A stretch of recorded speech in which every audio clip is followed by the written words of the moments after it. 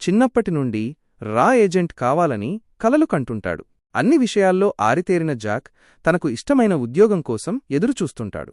దేశంలో అశాంతి సృష్టించే ఉగ్రవాదులపై నిఘా వేస్తాడు. అయితే జాక్ తన కొడుకు ఏం చేస్తున్నాడో తెలుసుకోవడానికి ఒక డిటెక్టివ్ ఏజెన్సీని ఆశ్రయిస్తాడు.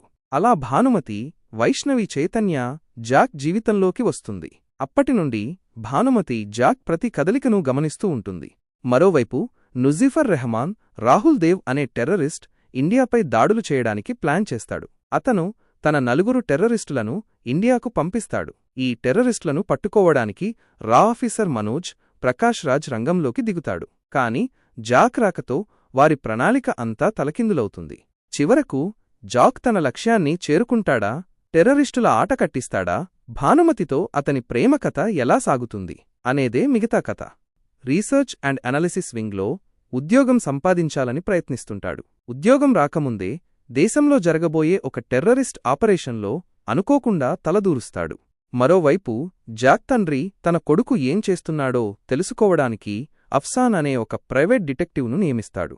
అఫ్సాన్ జాక్ను ఫాలో అవుతూ ఉంటుంది. దీనివల్ల జాక్ కొన్ని సమస్యల్లో చిక్కుకుంటాడు.